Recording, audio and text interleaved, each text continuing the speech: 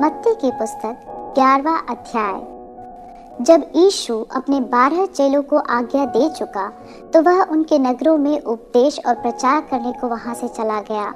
यूहन्ना ने बंदीगृह में मसीह के कामों का समाचार सुना और अपने चेलों को उससे यह पूछने भेजा, क्या आने वाला तू ही है या हम किसी दूसरे की बाट जो हैं? यीशु ने उत्तर दिया, जो कुछ तुम सुनते हो और देखते हो वह सब जाकर यूहन्ना से कह दो कि अंधे देखते हैं और लंगड़े चलते फिरते हैं, कोढ़ी शुद्ध किए जाते हैं और बहिरे सुनते हैं, मुर्दे जिलाए जाते हैं और कंगालों को सुसमाचार सुनाया जाता है। और धन्य है वह जो मेरे कारण ठोकर न खाए।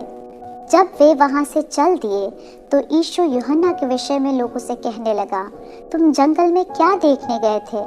क्या हवा से हिलते हुए सरकंडे को? फिर तुम क्या देखने गए थे? क्या कोमल वस्त्र पहने हुए मनुष्य को? देखो, जो कोमल वस्त्र पहनते हैं वे राजभवनों में रहते हैं। तो फिर क्यों गए थे? क्या किसी भविष्यद्वक्ता को देखने को? हाँ, मैं तुमसे कहता हूँ कि भविष्यद्वक्ता से भी बड़े को। यह वही है जिसके विषय में लिखा है, देख, मैं अपने दूत को तेरे आगे भेजता हूँ, जो तेरे आगे तेरा मार्ग तैयार करेगा। मैं तुमसे सच कहता हूँ कि जो स्त्रियों से जन्मे हैं उनमें से यूहन्ना बपतिस्मा देने वाले से कोई बड़ा नहीं हुआ, पर जो स्वर्ग के राज्य में छोटे से छोटा है वह उससे बड़ा है। यूहन्ना बपतिस्मा देने वाले के दिनों से अब तक स्वर्ग के राज्य में बलपूर्वक प्रवेश होता रहा है और बलवान उसे छीन लेते हैं। यूहन्ना तक सारे भविष्यवक्ता और व्यवस्था भविष्यवाणी करते रहे, और चाहो तो मानो कि एलिया जो आने वाला था वह यही है। जिसके सुनने के कान हो वह सुन ले। मैं इस समय के लोगों की उपमा किससे दूं? वे उन बालकों के समान हैं जो बाजारों में बैठे हुए एक दूसरे से पुकार कर कहते हैं, हमने तुम्हारे लिए बांसुरी बजाई और तुम ना नाचे, हमने विलाप किया और तुमने छाती नहीं पीटी। क्योंकि यूहन्ना न खाता आया और न पीता, और वे कहते हैं उसमें दुष्टात्मा है। मनुष्य का पुत्र खाता पीता आया और वे कहते हैं, देखो, पेटू और पियक्कड़ मनुष्य, महसूल लेने वालों और पापियों का मित्र।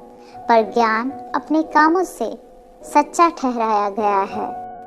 तब वह उन नगरों को उलाहना देने लगा जिनमें उसने बहुत से सामर्थ के काम किए थे, क्योंकि उन्होंने अपना मन नहीं फिराया था।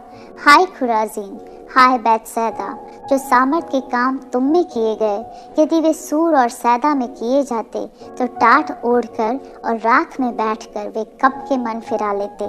परंतु मैं तुमसे कहता हूँ कि न्याय के दिन तुम्हारी दशा से सूर और सैदा की दशा अधिक सहने योग्य होगी। हे कफरनहूम, क्या तो स्वर्ग तक ऊंचा किया जाएगा? तो अधोलोक तक नीचे जाएगा। जो सामर्थ के काम तुझ में किए गए यदि सदोम में किए जाते तो वह आज तक बना रहता। पर मैं तुमसे कहता हूँ कि न्याय के दिन तेरी दशा से सदोम की दशा अधिक सहने योग्य होगी। उसी समय यीशु ने कहा, हे पिता, स्वर्ग और पृथ्वी के प्रभु, मैं तेरा धन्यवाद करता हूँ कि तूने इन बातों को ज्ञानियों और समझदारों से छिपा रखा और बालकों पर प्रकट किया है। हाँ, हे पिता, क्योंकि तुझे यही अच्छा लगा। मेरे पिता ने मुझे सब कुछ सौंपा है और कोई पुत्र को नहीं जानता केवल पिता, और कोई पिता को नहीं जानता केवल पुत्र, और वह जिस पर पुत्र उसे प्रकट करना चाहे। हे सब परिश्रम करने वालों और बोझ से दबे हुए लोगों, मेरे पास आओ, मैं तुम्हें विश्राम दूंगा।